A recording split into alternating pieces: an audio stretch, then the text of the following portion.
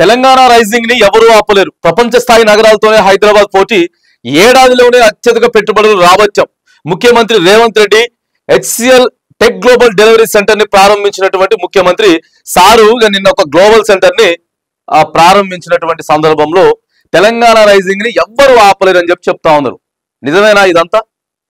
ఎవరు ఆపుతుంది తెలంగాణ రైజింగ్ ని? హైడ్రా తీసుకొచ్చింది ఎవరు? హైడ్రా వల్ల ముందుకెళ్ళిందా తెలంగాణ వెనక్కి వెళ్ళిందా? అసలు అమలు కానటువంటి పథకాలన్నింటినీ కూడా తీసుకొచ్చి ప్రస్తుతం ప్రజలంతా గందరగోళంలో ఉన్నారు. రైతు భరోసా రావట్లేదు, పెన్షన్లు పెంచుతామని చెప్పిర్రు, అసలు చక్కగా పరిపాలన లేదు అని చెప్పి. మొన్న ఏం చెప్పింది ఆర్థిక మంత్రి? ఏం చెప్పింది తెలంగాణ మీద? మేమంతా పర్ఫెక్ట్ గానే ఇస్తున్నాం, వాళ్ళే ఆగమాగమై అప్పులు చేసుకుంటా ఉన్నారు, గత ప్రభుత్వం అంతే ఇప్పుడు ప్రభుత్వం అంతే అని చెప్తా ఉంది. తెలంగాణ రైజింగ్ ని కాంగ్రెసే ఆపుతున్నట్టు కనపడుతుంది. తెలంగాణ రైజింగ్ ని కాంగ్రెసే అడ్డుపడుతున్నట్టు కనపడుతుంది సార్.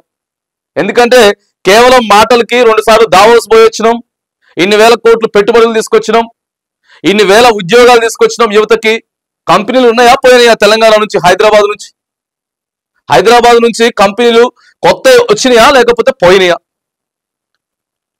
రియల్ ఎస్టేట్ పడిపోయిందా లేకపోతే పెరిగిందా?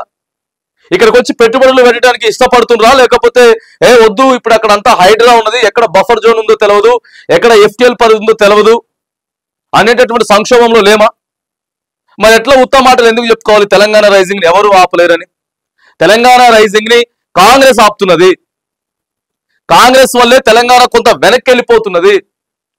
అరే వాళ్ళకేం చిత్తశుద్ధులు లేవే బాబు, గత వాళ్ళు వచ్చి ఒక తెలంగాణకి సంబంధించిన లోగో ఒకటి పెడితే మళ్ళీ వీళ్ళు మార్చుతారు, ఇప్పటికే వాళ్ళు టీఎస్ ని టీజీ చేసుకున్నారు, తెలంగాణ గేయాన్ని మార్చుకున్నారు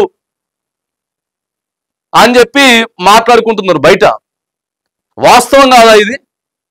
నిజంగా విదేశాలలో మేము ఒక హైదరాబాద్కి వచ్చి సెటిల్ అవ్వాలి, ఒక ఫ్లాట్ కొనుక్కోండి అని చెప్పేసి ఎవరితో అంటే వామ్మో హైడ్రా ఎఫెక్ట్ బాగున్నది కదా హైదరాబాద్ లో, ఇప్పుడు అక్కడికి ఏమొస్తాం?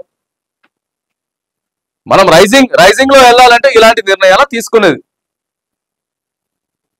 చెప్పాలి సార్, వీటన్నిటికి సమాధానం చెప్పాలా మీరు? తెలంగాణతో పాటు హైదరాబాద్ మహానగరం దేశంలో అత్యంత వేగంగా అభివృద్ధి చెందుతున్నాయని ముఖ్యమంత్రి రేవంత్ రెడ్డి అన్నారు. ఏడాదిలోని రాష్ట్రానికి దేశ విదేశాల నుంచి అత్యధిక పెట్టుబడులు రాబట్టామని తెలిపారు. రాబట్టుడు కాదు, అసలు చేదరించుకుంటున్నారు, అది అర్థమైతలేదు. దాన్ని గాడిలో పెట్టండి.